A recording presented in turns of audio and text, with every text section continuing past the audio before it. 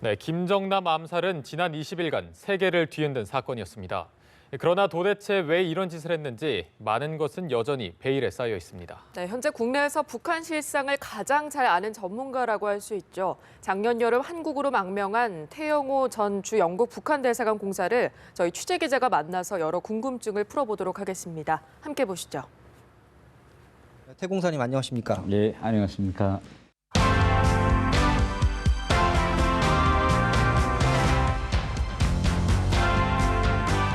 예, 김정남 사건 직후에 예.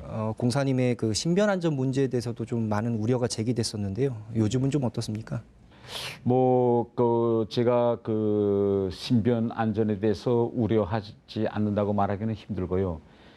자기한테 걸림돌이 된다면 이복형도 서슴없이 죽이는 고모부 이복형도 서슴없이 죽이는 김정은이가 지금 저를 얼마나 미워하겠습니까? 매일과 같이 제가 지금 언론에 나와서 김정은 정권의 붕괴를 지금 외치거든요.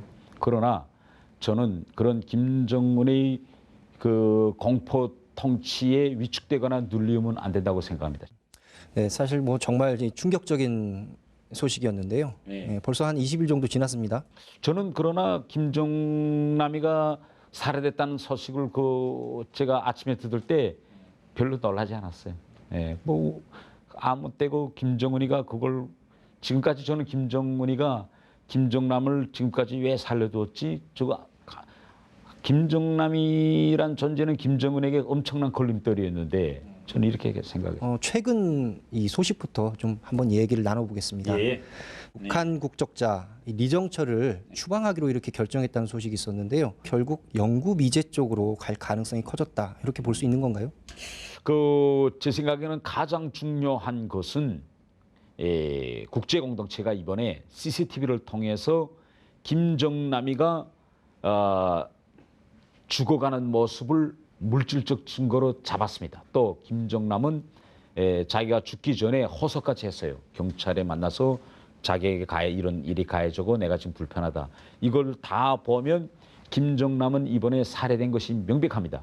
이 북한과 이 말레이가 결국 국교 단절까지 갈 거로 보십니까? 국제적인 통상 관례를 보면 지금 북한이 말레이시아에서 그런 테러 행위를 하지 않았습니까? 이것은 말레이에 대한 대규모 자주권 유린 행위입니다. 만약 자주권 유린 행위가 물질적인 증거로 확보될 때는 말레이 당국은 단교까지 가는 것이 국제 관례입니다. 리길성 이 외무성 부상의 좀 방중 얘기도 한번 좀 해보죠. 네. 리길성 외무성 부상 아는 인물인가요? 예, 잘 알고 있습니다. 어떤 사람인가요? 북한 외무성 내에서 상당히 실력파에 속하고 또 사람들과의 인과관계도 아주 잘 가지는 그런 인망이 있는 그런 인물로 평가되고 있습니다. 이 며칠 전까지만 해도 이 북중 관계가 참 살벌하지 않았습니까? 이 찬바람이 쌩쌩 돌았는데 이번 이 고위급 접촉 과정에서 보면 이 혈맹 관계까지 이제 다시 언급을 했단 말이죠. 결국은 이 물밑에서 모종의 이 주고받기가 있지 않았는가 이런 좀 추정도 되는데요. 네, 지금 북한은 첫 번째 지금 중국이 대북 제재 석탄 수출 수입 금지와 같은 초강수를 두니 이걸 지금 완화하자는 겁니다. 북한에서는 이 석탄 수출길이 막히면 큰일입니다. 그렇기 때문에 어떡하나 이 제재를 완화하자는 게 첫 번째 목적이고 두 번째는 이번에 김정남 암살은 북한 정권과 전혀 무관한 일이다. 이걸 중국에 알려주자는 겁니다. 크게 번져질 수 있는 것이 바로 화학무기 문제예요. VX라는 그런 화학무기가 공식 인간에게 사용돼서 그 인간이 어떻게 죽어가는가 하는 그 모습을 인류는 처음으로 보았습니다. 생화학무기 금지 기구가 이 문제를 유엔 안보리사회에 상정시키면 북한은 핵에 이어 생화학무기 보유국이라는 두 가지 모자를 쓰게 됩니다. 이번 리길성의 중국 방문은 한마디로 중국의 옷자락을 붙잡기 위하여 찾아간 방문이라고 규정 지을 수 있습니다. 태 공사님 이 김정남 암살 배경을 이 사건 초기에 이 공개 처형을 통한 공포 확산 이 목적으로 분석하셨는데요. 지금도 똑같습니까?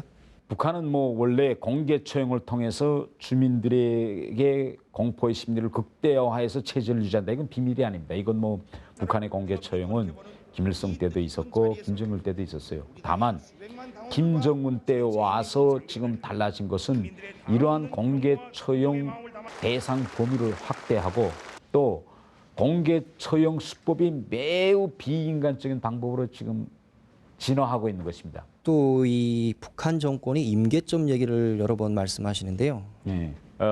김정은 정권이 임계점에 왔다 하고 말하기보다는 지금 북한 정권이 붕괴의 임계점으로 지금 북한이 가고 있다고 보는 것이 정확한 표현입니다. 또 김정은이 지금 모든 이러한 공포 정치는 이러한 임계점으로 다가가고 있는 북한의 현실을 늦추어 놓기 위한 임계 저항이라고 우리는 볼 수 있습니다.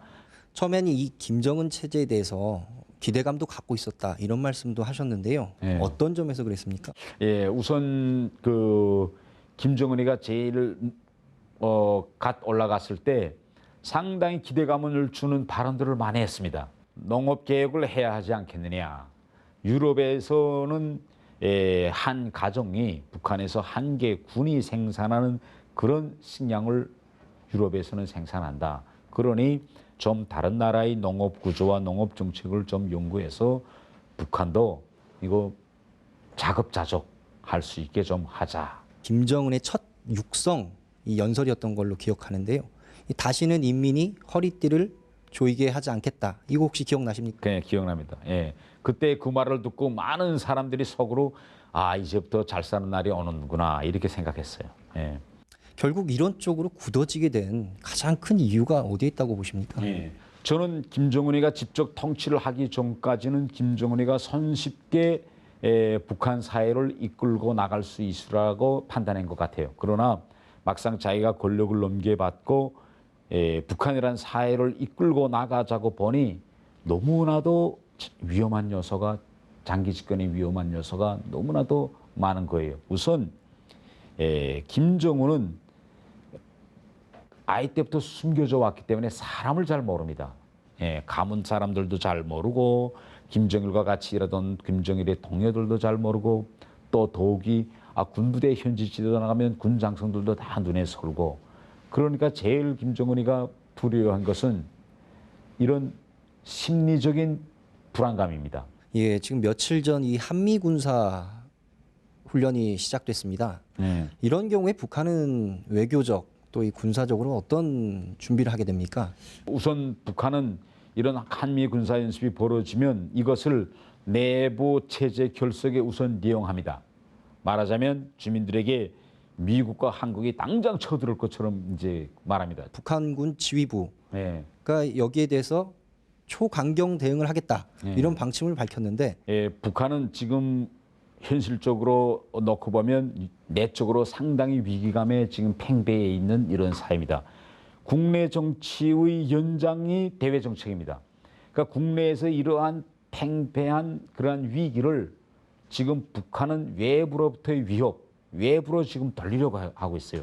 지금 사실 이 한반도에 지금 긴장이 상당히 고조돼 있는 상황인데 그럼 이런 상황이라면 실제 도발 가능성도 저희가 가정해 볼 수 있는 건가요? 예, 코너에 이제 몰리면 북한은 항상 첫 번째 외부에서 이렇게 압력을 가하면 김정은이가 제일 두려워한 것은 우선 국내입니다. 사람들 앞에서 내가 강한 지도자라는 이미지를 보여줘야 된다. 항상 내부를 먼저 봅니다. 김정은은 필요하다면 핵이나 ICBM 이런 미사일도 이제 함으로써 나는 그 어떤 외부의 위협에 놀라지 않고 오히려 나는 내가 바로 외부의 위협을 조성할 수 있는 인물이다. 이런 걸 보여주는 그런 정면 돌파 방향으로 이제 김정은이가 나갈 확률이 대단히 높습니다. 그런데 오늘 태용호 전 공사와 함께 김정남 피살 사건에 대해서 이야기를 나눠봤습니다. 네, 참 어려운 시기에 저희 인터뷰에 응해주셔서 참 감사합니다. 네.